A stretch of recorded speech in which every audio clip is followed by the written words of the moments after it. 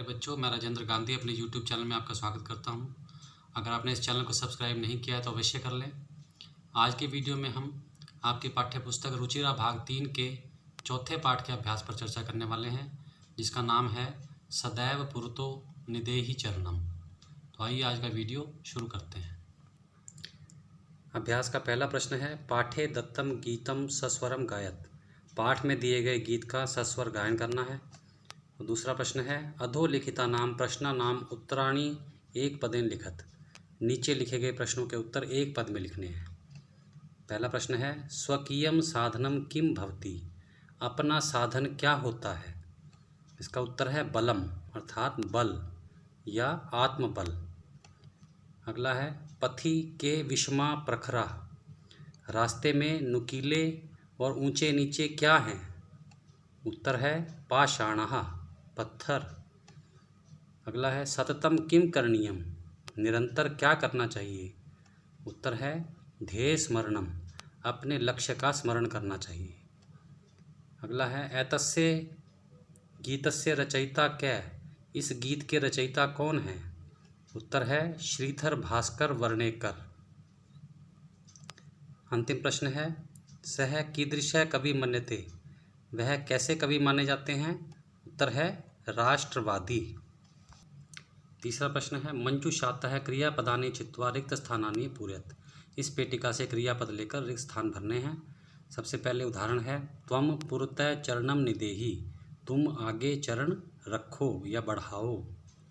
पहला है, त्वम विद्यालयम चल। तुम विद्यालय चलो। तो यहाँ भरा जाएगा चल, अर्थात चलो। अगला है, राष्ट्रे अनुरक्तिम विदेहि। देश से प्यार करो। यहाँ भरेंगे विदेहि, अर्थात करो। अगला है, मह्यम जलम देहि। मुझे जल दो। यहाँ भरा जाएगा देहि, अर्थात दो। अगला है, मूढ़ जहिहि धनागम तृष्णाम। हे मूर्ख, धन की लालसा छोड़ दो। तो यहाँ हम भरेंगे जहिहि, अर्थात छोड़ दो। अगला है, भज गोविंदम। गोविंद का भजन करो। तो यहाँ भरेंगे भज, अर्थात भजन करो। अंतिम है, सततम ध्येय स्मरणम कुरु। निरंतर अपने लक्ष्य का स्मरण करो। तो यहाँ हम भरेंगे कुरु, अर्थात करो। अगला है, उचित कथना नाम समक्षम आम, अनुचित कथना नाम समक्षम न इति लिखत। जो कथन सही हैं उनके आगे आम, अर्थात हाँ लिखना है, और जो कथन गलत हैं उनके आगे न, अर्थात नहीं लिखना है। पहले उदाहरण दिया गया है, पुरतः चरणम निदेहि। सामने या आगे कदम बढ़ाओ। तो ये कथन सही है, इसके आगे लिखेंगे आम, अर्थात हाँ। पहला है, निज निकेतनम गिरि शिखरे अस्ति। अपना घर पर्वत के शिखर पर है। ये कथन सही है, इसके आगे लिखेंगे आम, अर्थात हाँ। अगला है, स्वकीयम बलम बाधकम भवति। अपना बल बाधक होता है। ये कथन गलत है, इसके आगे लिखेंगे न, क्योंकि पाठ के अनुसार अपना बल लक्ष्य प्राप्ति में सहायक होता है, बाधक नहीं होता।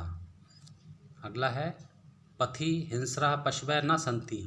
रास्ते में हिंसक पशु नहीं हैं। ये कथन गलत है, इसके आगे लिखेंगे न, क्योंकि रास्ते में हिंसक पशु हैं। अगला है, गमनम सुकरम अस्ति। जाना सरल है।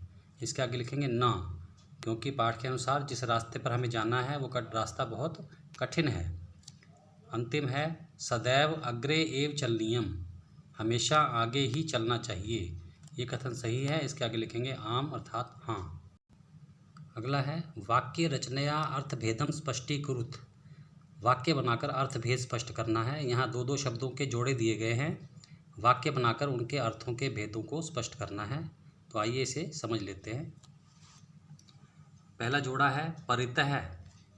इसका अर्थ है चारों ओर, और वाक्य है, ग्रामम परितः वृक्षा सन्ति। गांव के चारों ओर वृक्ष हैं। परितः के साथ दूसरी भक्ति का प्रयोग होता है। अगला है, पुरतः। इसका मतलब है सामने या आगे। वाक्य बनेगा, ग्रामस्य पुरतः एकै तडागः अस्ति। गांव के सामने एक तालाब है। पुरतः के साथ षष्ठी भक्ति का प्रयोग होता है। अगला जोड़ा है, नगः। इसका मतलब है पर्वत। वाक्य है, हिमालय नगः अस्ति। हिमालय पहाड़ है। नागः, इसका मतलब है सांप। वाक्य है, नागः फुत्करोति। सांप फुंकारता है। अगला जोड़ा है आरोहणम चढ़ना। वाक्य है पर्वतारोहणम साहसिक कार्यमस्ति।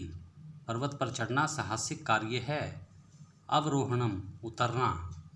पर्वतात अवरोहणम सुकरम न भवति। पहाड़ से उतरना आसान नहीं होता। अंतिम जोड़ा है विषमः। इसका मतलब है असमान या ऊंचे नीचे। वाक्य है पर्वत शिखराः विषमा भवन्ति। पहाड़ों के शिखर ऊंचे नीचे होते हैं। समः समान।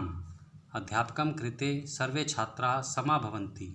अध्यापक के लिए सभी छात्र समान होते हैं। अगला है मंजूषातः अव्ययपदानि चित्वा रिक्त स्थानानि पूरयेत्। इस पेटिका से अव्यय पद लेकर रिक्त स्थान भरने हैं। सबसे पहले है विद्यालयस्य पुरतः एकम उद्यानम अस्ति। विद्यालय के सामने एक बगीचा है। यहाँ भरेंगे पुरतः अर्थात सामने। सत्यम एव जयते। सत्य की ही जीत होती है, तो यहाँ भरा जाएगा एव अर्थात ही। अगला है किम भवान स्नानम कृतवान खलु। क्या निश्चित ही आपने स्नान कर लिया है, यहाँ भरा जाएगा खलु अर्थात निश्चित ही। अगला है सह यथा चिंतयति तथा आचरति।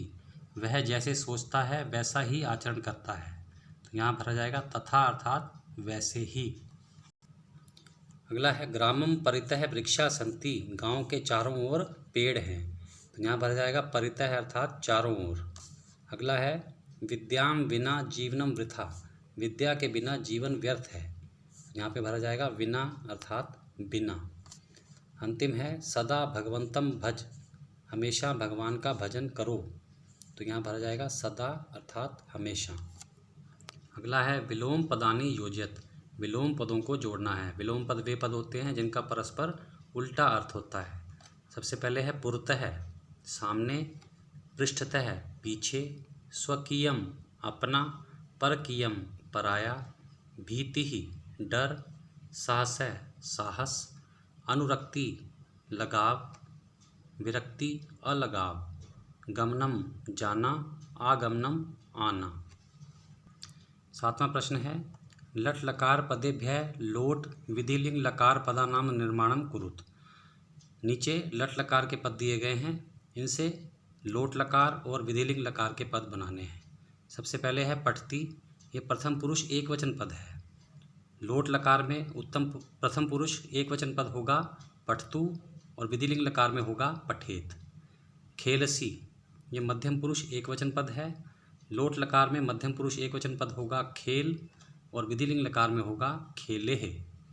खादंती ये प्रथम पुरुष बहुवचन पद है। लोट लकार में प्रथम पुरुष बहुवचन पद होगा खादंतु और विधिलिंग लकार में होगा खादेयुः। पिबामी यह उत्तम पुरुष एक वचन पद है। लोट लकार में उत्तम पुरुष एक वचन पद होगा पिबानी और विधिलिंग लकार में होगा पिबेयम। अगला है हसतः। ये प्रथम पुरुष द्विवचन पद है। लोट लकार में प्रथम पुरुष द्विवचन पद होगा हस्ताम और विधिलिंग लकार में होगा हसेताम। नयामः ये उत्तम पुरुष बहुवचन पद है। लोट लकार में उत्तम पुरुष बहुवचन पद होगा नयाम और विधिलिंग लकार में होगा नयेम। अगला है अधोलिखितानि पदानि निर्देशानुसारम परिवर्तित। नीचे लिखे पदों में निर्देश अनुसार परिवर्तन करना है। पहले उदाहरण दिया गया है गिरि शिखर।